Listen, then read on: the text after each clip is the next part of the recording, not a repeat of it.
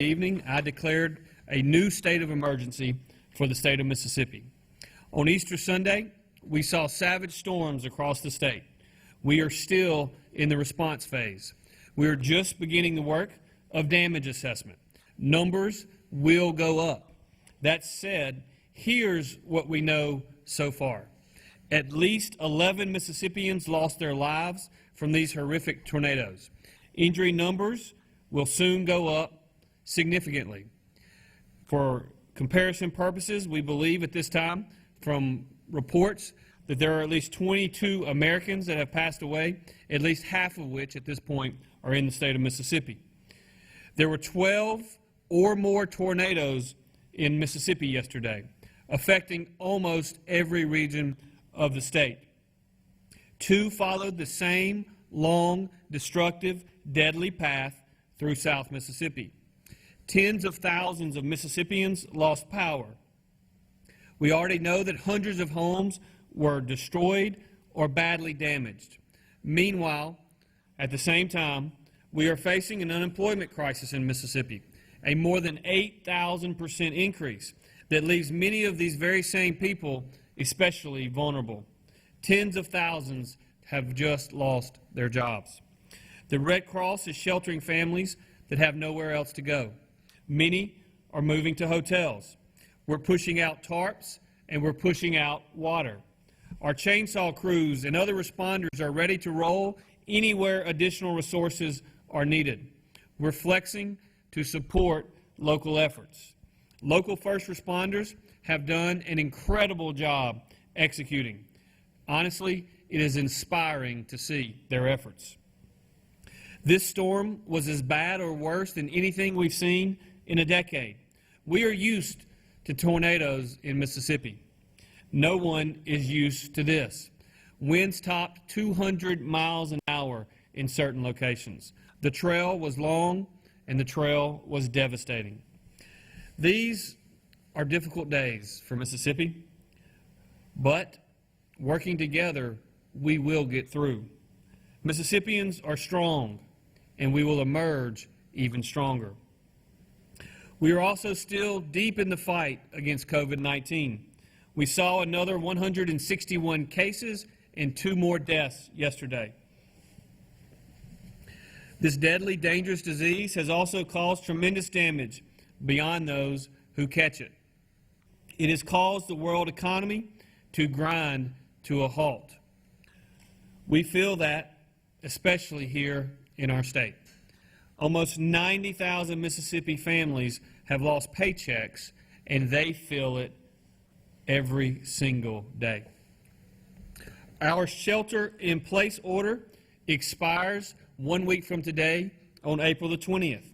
We will discuss our plans for schools tomorrow. We know that we will not be able to return to our typical lives right away. There are still more sacrifices to be made. We do want to look ahead to opening things up. I know that there are many Mississippians whose lives and livelihoods rely on our ability to get them back to work in a responsible way. We see you, and we are going to help you. We were not created to isolate indefinitely. We need to open things up as quickly as we possibly can. We need to open things up as quickly as we responsibly can. Our health experts tell me that we are close to our peak. The data will drag behind slightly, as it always does, but we are very close to the top of the curve. That means we need all Mississippians to stay tight for a little while longer. We are almost through the worst of this in our state. Stay smart. Stay safe. Stay in the fight. We will get through everything that is thrown our way. Mississippi is resilient. We take care of one another. We do not back down in the face of adversity. We rise up to meet it. I know that the spirit of Mississippi is strong, even as we manage through these painful times. At this time, I'm going to turn it over to Director Michelle to give you a few more details about what's going on from search and rescue and recovery from these horrific events of Easter Sunday. Director? Thank you, Governor. As the Governor said, our Easter Sunday was terribly disrupted by a series of storms that ravaged our state, beginning at sometime early afternoon, and then the worst of those storms hit us late afternoon and went on into the night, with the last storm system hitting us about 11:15 p.m. last night. About 30 counties across the state were affected by these storms. In 6 of those counties, unfortunately, we did have fatalities. We have not seen damage or storm of this nature in quite some time. 11 fatalities. 1 fatality is too many, but 11 fatalities is a devastating storm. Currently, what is going on in the counties, response efforts continue to ongo. In some cases, are still accounting for the local populace to ensure that everyone's been accounted for in their homes. Given the amount of damage and extensive trees that have been down, opening roads back up for accessibility to emergency crews and utility crews has been paramount. The majority of that has been conducted today, but there's a lot of work still yet to be done in these areas. Many counties will start beginning to make initial damage assessments. Some of those started as early as today in the more devastated areas where debris cleanup and getting roads access, damage assessments may be delayed. It's important to know that people in their individual homes can utilize the self-reporting tool on Crisis Track. The link for that Crisis Track has been put out on our websites and through our social media. Individuals can go ahead and start uploading information, damage to their homes, photos to their homes, and any other type of damage that they have. This is going to be an ongoing process, and I would just like to end with this. It is always a desire of people to get out and look at the storm damage during these periods of time. I would ask that people please stay out of these areas. Do not go in and try to look and sightsee. This is not a time for you to go into there. Leave these roads open for our emergency responders and our utility crews so that they can go back in and restore power during this period of time. Governor? Well, thank you, Director Michelle, and let me reiterate something that Director Michelle said. I know everyone wants to go look at the damage. I want to go look at the damage as well, and I'm going to, I hope, sometime soon. But remember that the 2 primary tornadoes that tore through South Mississippi tore through late yesterday afternoon. And so by the time it was safe for our emergency first responders to start rescue efforts, it had become dark. And so these daylight hours throughout the day of today are critically important for our rescue efforts. And so please do not put added traffic on those roads in those counties where we know the most damage occurred. There will be time for that, but now is not the time. Let's give our local elected leaders, our local first responders, let's give them through today to go out and help anyone who needs help. Thank you very much for listening to that. It's critically important in these difficult times. At this time, as we also are dealing with the COVID-19 scenario in our state, we're glad to have Dr. Dobbs back with us today. Dr. Dobbs, the floor is yours. Thank you, Governor. I appreciate it.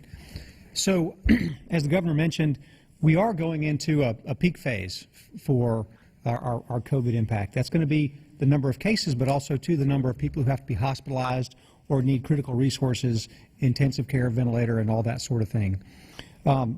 Right now, we have reported 161 new cases today with 2 additional deaths. Less deaths than before, but I wouldn't find that as too much encouragement because we know these things do vary quite a bit. We've recorded a total of 2,942 cases with 98 deaths. As far as testing is concerned, as of last week in Mississippi, we had tested a total of 30,984 individuals, both through the private and the public health labs. We'll try to keep this information updated as much as we can. There are so many private labs, it's a lot of effort trying to validate all these numbers, and that's why a daily count's not quite so easy to come by. So we'll continue to make sure that we provide that information for you. As we look into going into this peak of medical need, we have been monitoring the number of COVID patients in hospitals and what the different capacity needs are. As of today, as of April 12th, not today, we had 124 COVID patients in intensive care units. We had 206 additional ICU beds available as of yesterday. We had 84 COVID-infected patients on ventilators, and we had additional 496 ventilators available. So going into what we hope is going to be the peak of need, we do feel like we have adequate resources. One of the key issues is going to be distribution of resources, and that's one of the things the system of care is going to be so important to make sure we get the patient to where they can get the proper care that they need. And the other thing I think, just want to make sure that you guys are aware, we are monitoring this health disparity issue in the black community very closely, and we are finding additional statistics. You'll see additional information. But if we look at the case rate compared for black folks versus white folks, it's 133 cases per 100,000 in the African American community and 55.8 in Caucasian. So expect to see more work in that. We've got a lot to do in this area. Thank you. Thank you, Dr. Dobbs. You have heard us talk for the last 2 weeks about our healthcare system and our goal. We have implemented our plan to minimize the stress on our healthcare system. We have implemented our contingency plan, and we have in place a contingency to the contingency plan. Obviously, that's critically important as we move into our peak time. We feel very good about having adequate resources available so that we don't overwhelm our healthcare system. But in the event that things are worse over the next 4 or 5 days than we originally anticipated, we do have plans in place such that our system of care is not crippled. And so, with those opening remarks and opening comments, I'll be happy to answer any questions. Start with Courtney Ann. Is there any update on the North Mississippi side? I know that's part of the contingency to the contingency, but had not heard if a site had been secured yet. What I will tell you is I think that we are very, very close to having a site secure, and I'll let Director Michelle address it. We do not believe that the contingency to the contingency plan is going to be necessary, but I think that we have identified the site. And Director Michelle? Mr. Governor, I actually had a brief meeting on the way out, come over here with the member of the strategic planning group. They've been looking at a campus, and been discussions with the president of Itawamba Community College up there about a dorm facility as well as an open type bay type facility that would follow a medical needs type sheltering. And Dr. Dobbs, I'll let you come back into that as well. It wasn't an option that we'd looked at before, but given more analysis of the way that COVID treatments are done, and given that this was not going to be a COVID patients per se, it was going to be a step down care, looking for a facility up there that would be closer to Tupelo Hospital. So a location at Itawamba Community College or somewhere close is what's being looked at right now. The Camp Shelby model was complete this past weekend, so it would be available for use given the physicians and patients that would come in there should it be needed. But the location is at Itawamba Community College is what we're looking at. And just as a reminder to everyone in Mississippi, one of the reasons that we think it is significantly less likely today than it was, say, 2 weeks ago, that we would actually have to utilize these contingency to the contingency plans is because of the early efforts of the health department, and then finally followed up with the executive order that I signed on Friday. The lack of elective surgeries, for instance, and also the mere fact that people are sheltering in place has led to a significant number of individuals that would have otherwise been hospitaled under normal times, not in the hospital today. And so when you talk to hospital administrators, particularly of the large systems, they have an awful lot of open beds within the system. So, Dr. Dobbs, you want to talk to that? Yeah, and that's the whole point of it. You know, for well over a month, we've been talking about this elective surgery thing, and it's cumulative. A lot of, not that elective surgery and elective procedures are not important, but if they can be delayed such that we can have this excess capacity, it puts us in a lot stronger position whenever a surge occurs. Thank you, Governor. My question is for Director Michelle. Sir, between Red Cross and MEMA, how many shelters are out there for those who are homeless right now because of the storms? And can you just elaborate, we're still suffering from COVID-19 threats. When people go to these shelters, how are you taking precautions to make sure we can all gather at these to be safe, but not have a risk of spreading the germs? Sure. Yes, good question, and I've been asked that a lot over the last few days as we were going into this. So step one is, yes, shelters were open if they were needed. As always the case, we're dealing with COVID, so the guidance that we gave, and this is a little different than what some of the other states' approach on this was, but we said we're going to have shelters open. Life safety's got to be paramount. We pushed out additional PPE on Friday before these storms came in so that counties would have additional hand sanitizer, gloves, and in cases where we could, make masks available. But we talked about masks at the last press conference, and that is you don't have to have an N95, a surgical mask. If that doesn't work, and I even demonstrated a cotton mask that I had, and this is a face mask I use when I'm riding. Anything to cover your mouth in those shelters will be fine so that you don't spread particulates. The use of shelters right now, not a lot of people in the shelters. They've either been housed with family members. Red Cross is always on the scene, and they provide short-term housing either at hotels or other places. But we've emphasized social distancing throughout this whole process. But again, it comes back down to we had to make the shelters open for life safety. Can you give me any key locations if people need to look for them today? Yeah, I had the latest updates on shelters we had open. There were not a lot. We had a shelter open in Wayne County, and it actually is a safer place to go. I mean, they don't have it per se a shelter there. The other location that we had that was open, and this is as of earlier today, so it could very well have changed. We had a shelter that was open in Clark County. Here we go. Adams County safe room was open. The Forest County safe room was open. Even though they didn't have damage, they're always open that make that shelter available for folks who need to come in. The Grenada County safe room was open as well. And I already told you about the Wayne County location. And the other one was Lowndes County, and New Hope High School and Caledonia Elementary shelters were open. Now, those were open as of yesterday. I don't have any updates as far as what's open now, nor what the population in those shelters are at this time. Renee? Yeah, Emily from AP has a question. Emily? Hi, Emily.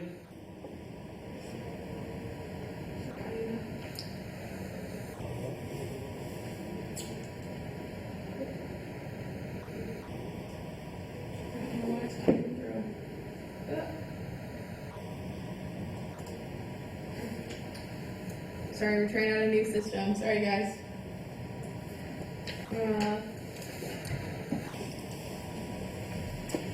If you, well, it says you've got mute all, but. Yes. On the lower right-hand corner, we can it's unmute. unmuted.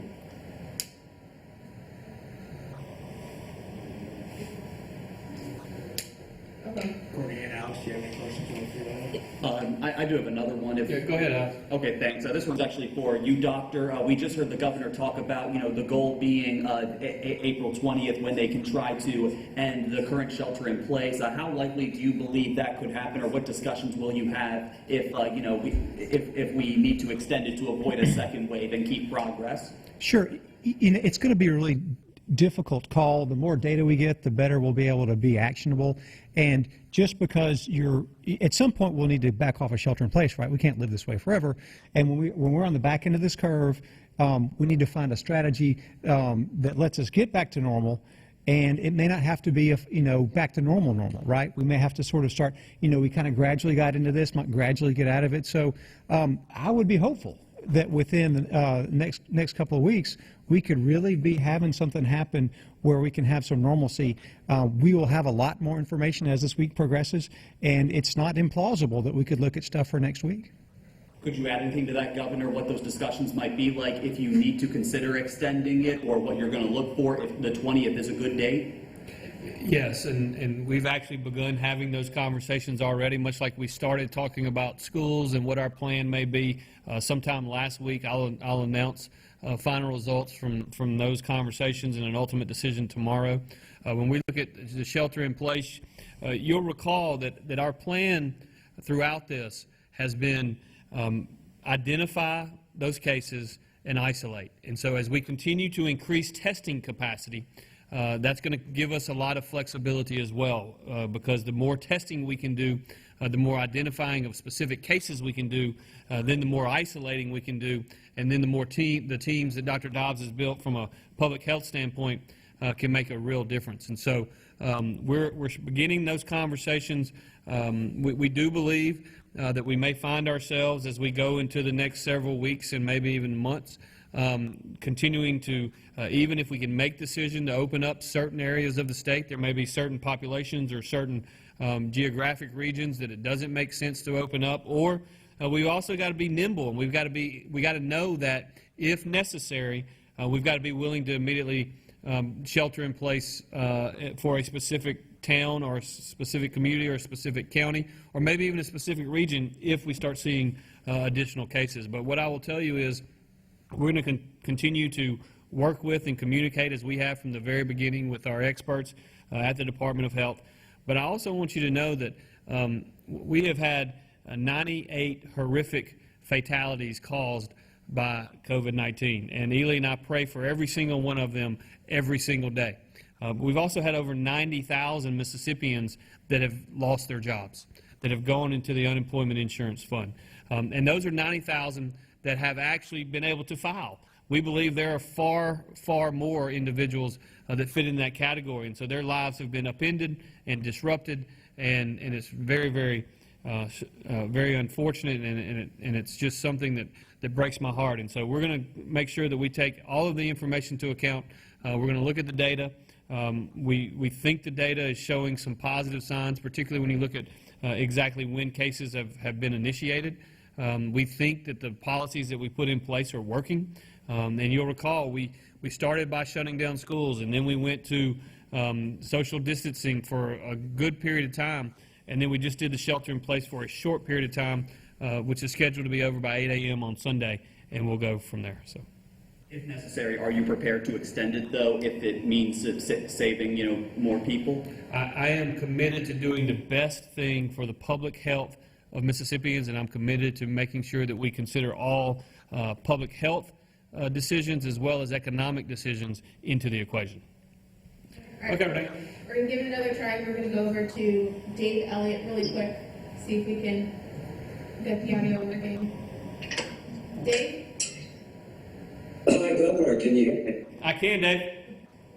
Okay, I'm curious, Governor, with the legislative session officially suspended until next Monday, the 20th, the 2021 budget year scheduled to begin July 1st, and tax collections bottoming out, what are the discussions with Lieutenant Governor Hoseman and Speaker Gunn regarding plans, and generally speaking, how vulnerable is the Mississippi economy right now?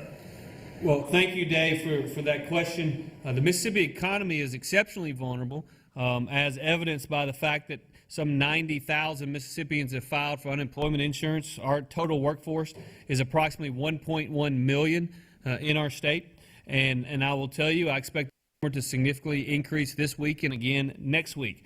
And so the economy is vulnerable. The Congress has put numerous provisions in place, which I think should be helpful, certainly in terms of the unemployment insurance that they have provided, as well as the fact that that they have provided the small business loan program through the SBA. Those are programs that help small businesses, but nothing is going to help like getting our economy back rolling again. So just as soon as it is safe to do so and responsible to do so, we're going to open things back up. Now, in terms of revenues, just so you know, Dave, our March revenue collections were perfectly fine. In fact, we exceeded projections in March. That will not be the case for April, however. And as we look to the budget that actually begins on July 1, my recommendation is going to be that we get into the month of June so that we have a better idea of what April and May looks like in terms of revenue collections.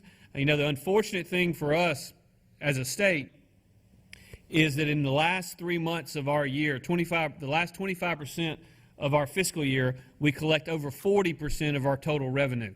And so while we had exceptional revenues in the first 9 months of the fiscal year, the timing of this could really not be much worse in terms of what it means to the current fiscal year's revenue projections. All right, we're going to go back to Emily from AP, see if we can get her audio working. Emily? Hey, thank you. I appreciate it. Governor Reeves, President Trump said today that it will be up to him, the president, and not to individual governors to reopen the state. So I wanted to ask your reaction to that, and also what kind of communication have you had very recently with the White House about this issue? Well, thank you, Emily, for that question. And I don't know exactly how you define very recently, but I will tell you at 12:30 today, I was on a call with Vice President Pence and other leaders in the national effort.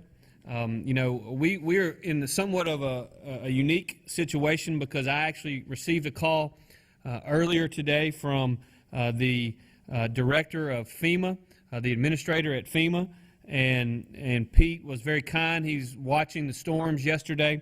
Our FEMA and other federal partners have been in contact with us regularly, and I think what you'll find is that we certainly recognize the challenges that this public health crisis is bringing to our state and this nation, but we also recognize, much like the president does, the challenges that this economic crisis is bringing to our nation as well. And so we are monitoring both.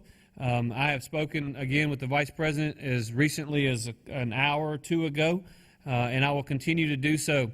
One of the things that we have asked for of FEMA in light of the disasters that occurred yesterday is an immediate emergency declaration by the federal government, which would give us much more flexibility. It's hard to believe, but I'm in my 90th day in office. I have been engaged and involved in 5 federal emergency declarations in those 90 days.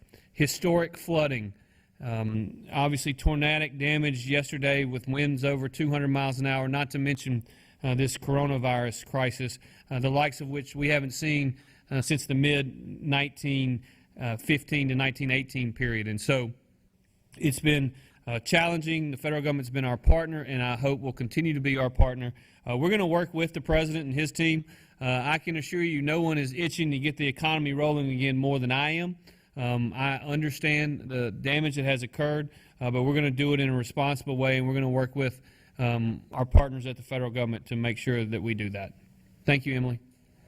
Can you speak a little bit more for folks at home who aren't familiar with what the emergency declaration does, how this will be helpful, particularly when, as you mentioned, you have had to enter others in this short period of time, and given everything else that's going on resource-wise, how important that is and what it will actually do?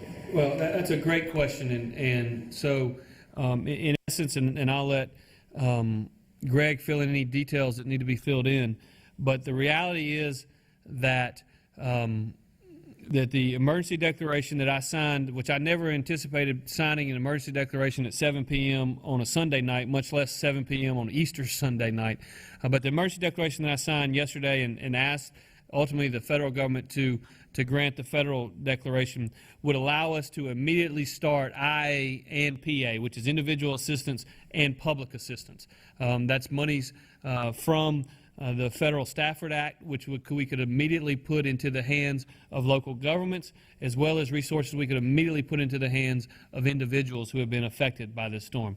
When you look at how long the 2 tornadoes were on the ground in South Mississippi, and how powerful they were, the National Weather Service even said that we hadn't seen winds of that magnitude in a long, long time in tornadoes. And so the other thing I'll tell you, we talk a lot about the tornadoes and the fact that we had about 12 of them in Mississippi yesterday.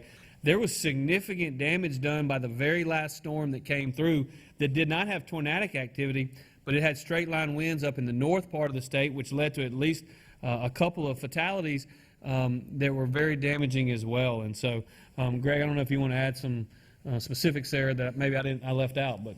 No, Governor, you hit the nail on the head. I mean, the bottom line is that when you're dealing simultaneously with as many emergency declarations as we are, and that the governor has dealt with since he has come on, it taxes your resources. Not to mention the fact that we're still dealing with a total of 14 declarations of state that we're still closing out to go all the way back to Katrina. So it becomes a matter of resources, and then you throw in the COVID. the national stockpile issues and PPE, we've expended an enormous amount of state resources to ensure that our healthcare workers are getting not everything that they want, but to keep them where they are. So it's even more important that we get these disaster grant resources to keep us moving forward and to make sure that our people have housing and access to housing, especially during a pandemic. And Courtney, let me brag for just a minute on the teams at the Department of Health that Dr. Dobbs has assembled and the team at the Mississippi Emergency Management Agency that Greg has assembled. These folks are literally working around the clock. And they've been doing it for days and weeks and months on end. And I've tried to speak with both of them and encourage them, and they've done a fantastic job. But nobody wants to go home. Nobody wants to take time off because they're so dedicated to their job. But we have got to give individuals an opportunity to rest, to sit down and relax at least once every month or so. But the teams that they've put in place, the dedication of their employees has been an inspiration to me. And I know it's been an inspiration to the people that we've assembled at the governor's office and throughout state government, and it's been an inspiration to the people of Mississippi. They literally they embody the spirit of Mississippians. When times get tough, the tough get going. And what's happened in Mississippi is our people have gotten up, they've gone to work, they've helped themselves, they've helped their neighbors, and these two teams that they've built at the Department of Health, MEMA, our National Guard, and so many others is really, truly inspiring to me. Any concern for the impact on resources or the healthcare system in some of these areas, particularly since so many of them are rural? I don't know what the COVID situation was in some of those hospitals surrounding those areas, but is there an additional strain now or concern in any of these areas with both of them combined on healthcare systems specifically? Yeah, well, I'll tell you, and I'll let Dr. Dobbs, I know he has much more intimate knowledge as it relates to where the primary damage was occurred, but if you look at where the fatalities occurred and where the two storms primarily went through, it was in Walthall County and Jeff Davis County and Covington County. A touch of damage there in Smith County, and then of course I would think probably when all is said and done, from the standpoint of dollars worth of damage, Jones County is probably going to be the area that was most impacted as it relates to that. And fortunately, most of those two tornadoes in the south part of the state went through more rural areas. And so I'll let Dr. Dobbs speak to the healthcare system, particularly in Laurel, which is really the only area that has a major facility. That's really a great question for so many reasons. One of them is during this coronavirus business, we got to remember other stuff's happening. And so when we look at the resource needs of our different areas, and I look at it pretty closely, you'll see nearly full ICUs in a lot of places. But it's mostly non-COVID stuff. I mean, people still get sick, and we have to be conscientious of that and take care of them. So the other piece about that is the systems of care concept. And so with trauma, which is really a great model, we've got a fantastic model for trauma care, the system is distributive, such that the people who need certain services will get there, directly. And so basically it takes a force impact in location and kind of lets it sort of distribute through the system and get people where they need to be. And the same thing we hope can be said of the COVID system as we continue to let it evolve and be executed, where something hits, a system is overwhelmed, but then we know where the resources are, and we can sort of dissipate that to maximum benefit of Mississippians.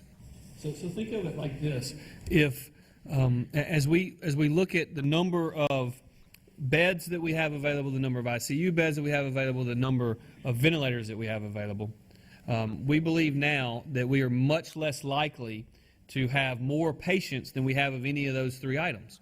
The challenge now is one of logistics, and that is to make sure that that bed or that ICU bed or that ventilator or whatever other machine is in the same location as where the patient is. And there are two ways to do that, and we're looking at both ways. One is have the equipment available such that we can send it to where the patient is, or the better scenario most likely is to use the trauma care model, which Dr. Hayes and Dr. Brunson spoke about on Friday, such that we send the patient to where that equipment is. And so there's going to be conversations about both, and that, by the way, is going to be physician driven.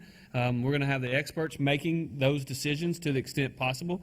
But again, having 400 ventilators in Mississippi and having 400 patients who need ventilators, well, I could say, well, that's the case, all is good. But it doesn't do any of us any good if those 400 ventilators are in Tishomingo County and those 400 patients are in Hancock County. And so that's the logistical piece that we got to make sure that we work towards as we reach the peak in the next 3 to 4 days. Renee? Yep. Nick from Jackson Free Press has a question. Nick? Hi, yes. Dr. Dobbs, you recently told the legislature that about a third of the total testing numbers from private labs lack demographic data. Has that been addressed, and can you pinpoint the testing penetration in the Black community, especially in light of the disparity in both infections and outcomes? On the first question, yes, we are rapidly fixing the issue with the lack of racial data. That's been something that's been seen nationwide, unfortunately, but we're going to get it cleaned up really quickly. We have teams actually who are making sure that if they can't find an electronic format, we're doing direct outreach to make sure we get all that data filled out. Certainly, if we look at the number of cases, obviously we've checked a lot of folks in Black communities because that's where most of our cases are. That's one part of the equation, but I'm really worried that we don't have sufficient penetration, and so we're going to try to be even more aggressive to make sure that people have access to testing, and that with our testing capabilities in conjunction with National Guard and also with UMC, to deploy those to areas that have high number of cases, and also have a high proportion of African American cases, so that we can make sure that we're targeting those communities effectively. Jennifer Kay, I believe from Bloomberg Law has a question. Jennifer? Yes, can you hear me? Yes. Okay, thank you. Hi, my question is for Governor Reeves. Can you be more specific about what was discussed in the governor's call with Vice President Pence today? Are they actually saying that it will be the White House dictating how and when each state will be reopening, so to speak, as the pandemic wanes? Well, I think the way I would describe the conversation was a very open conversation. Many governors opined on what they needed from both the public health standpoint and also what conversations needed to be had from the perspective of the economic analysis. I think that there are some governors in some regions of the state that are trying to bind together and do what they think is best in their particular region. I think what you're going to see is a joint effort. The one thing that has struck me throughout this process is the number of Democrat governors from around the country that have been exceptionally complimentary of the president and the vice president, the coronavirus task force, particularly with respect to their willingness to work with them. They are definitely pushing federal resources to states like New York and New Jersey, to states like Illinois and Michigan. There is no question that they are sending federal resources there. And so as we talk amongst the governors, we continue to give our opinions to the leaders from a public health standpoint, from an economic standpoint. They need to understand what's happening in our states and what we're hearing, and we're working really hard to make sure that Mississippians' perspective is heard loud and clear. Aaron Kelly from Meridian Star has a question. Aaron?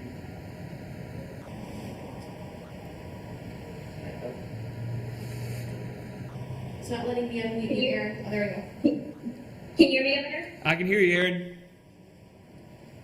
Good afternoon, Governor. My question is for Dr. Dobbs. Here in Lauderdale County, we have the highest number of deaths in the state. We have the fourth highest number of cases. We also have the highest number of outbreaks at long-term care facilities, despite our population being lower than some other counties in Mississippi. I was wondering if you had any insight into why that is. Of course, obviously, we had a lot of interest in Lauderdale County, and I know when we spoke before, that was our sort of kickoff for shelter in place, because we saw a really rapid increase in number of cases. Probably, one of the things that's important to consider is what you're seeing now happened 2 weeks ago. So whatever's contributing to where we are now happened weeks ago, and we're dealing with the after effects. As far as like the high mortality rate and some of the case numbers, the nursing home facilities have been affected greatly in your area, and so that's probably one of the most important things that's driving it. There have been a lot of cases in Lauderdale County. A lot of them have been in the Black community. And so trying to get resources to address that are very important. I can't say enough about your mayor. He's been absolutely fantastic and aggressive, trying to do the right thing. So I think you guys are doing the right stuff. It's just going to take a while, and we'll just have to watch very, very closely. But it's kind of one of these areas where there were some sort of perfect storm sort of converging, and it's just going to take a while and a lot of work to get out of it. Thank you. Yeah, and let me just say this about Dr. Dobbs and his team, and specifically the data in Lauderdale County. You'll recall the first shelter-in-place order that we put in was in Lauderdale County, and I believe there were 13 cases at the time that they came to me and said, we think we have an issue, we need to go ahead and go there. And we did. And Dr. Dobbs is right. The mayor, the leaders on the Board of Supervisors over there have been great partners in trying to help us educate our citizens in that county. And also, we have pushed resources to their hospital systems as well, and worked hard to make sure that we are getting what needs to be gotten to these various facilities. Yes, sir. Governor, we've talked about this before, I know, in some previous reports, but the Department of Employment Security is probably going to be playing catch-up for a very long time. Can you go back to what expansions you're doing for that department so Mississippians filing for unemployment aren't going to keep sitting on the phone waiting for a long time? What's the status there, and just in what ways are you making progress? Well, thank you, and you're exactly right. And the thing that I want Mississippians to hear me say is, I understand that it is hard to get through on the lines. It is exceptionally hard, and we're doing everything we can to stand up and to lean into that issue and stand up the individuals. Just so you know, when we started 3 weeks ago, we had approximately just less than 1,000 unemployment insurance claims that week. We had a call center that had 50 employees that was open from 8 a.m. to 5 p.m. 5 days a week. Since that time, we have increased the number of employees by threefold. So we've gone from 50 to almost 150. We have increased the hours from 8 to 5, 5 days a week, to 7 a.m. to 10 p.m., 7 days a week. And on top of that, we have been in the process of negotiating a contract, as I appreciate it, from the Employment Securities Department, which would add an additional 100 employees onto the call center roles, which would, once fully implemented, would have our total number of employees up fivefold from just 3 or 4 weeks ago. We've gone from less than 1,000 a few weeks ago to 5,500, and then to 32,000, and last week we had 45,000 claims. And so, and by the way, those are the ones who are actually getting through. And so what I would tell you is we're making progress. It's challenging, it's frustrating, and I understand that. But I want everyone to hear me say this. Your benefits are going to begin based upon the day you were laid off, not based upon the day that someone answered your call. And so I know it's hard to be patient, but understand we hear you, we're working to fix it, and we are going to get it fixed. The time frame on that contract you mentioned, when does that take off to add those employees for help? I don't have a specific date at this time. I'll get an update for you and get it to you. The last conversation I had was late Friday afternoon, and they were working towards the negotiating. They're doing it all at the Employment Securities office and with their team. So we'll get you an update on when that will go into effect, but I don't have it off the top of my head. Dr. Dobbs, does the number of cases in the long-term care facilities concern you? Does it seem high compared to the general population? I know you mentioned that it just takes one case for it to be counted as an outbreak, but because of the fact that they are in the higher risk population, can you speak to that some? It does concern me. It doesn't necessarily surprise me. We see this pretty regularly with other infectious diseases when they hit the long-term care setting. I think one of the things that's been especially good is that our long-term care centers and our congregate settings were anticipating problems, right? And so, the visitors and all that kind of stuff. So I think it certainly would be worse. But on the backside, we know it's a vulnerable population. They're pretty well, within, quarters of close proximity to one another. So we'll continue to see issues with this. That'll continue to be one of our priorities for response and support because, they're one of the tier 1 areas for getting PPE and stuff, and certainly we need to make sure that they're protected. So, unfortunately not as surprising, very worrisome, and we'll continue to invest a good portion of our resources into that situation. And correct me if I'm wrong, but aren't there a lot of contract workers at many of those type long-term care facilities? Do you know if there were any changes to the contract work being done that would be outside individuals but maybe necessary for usual care? Well, I'm not aware of any change in normal practice, but normal practice is somewhat concerning in the sense that, and it's not just unique to this industry. Hourly workers who don't feel compelled that they can take off if they don't feel well. It's been a real challenge and then even as a culture, we try to go to work when we're ill, and we got to rethink that whole thing. So, and certainly we do know that people work in multiple locations, so that is quite an issue. But it's my understanding that most of the facilities have been very aggressive about screening folks coming in, and then in the facilities where they have any cases, we're having all the employees wear masks as a protective measure. So, there are things that can be done, but it still is a point of vulnerability are going to be the employees coming in and out.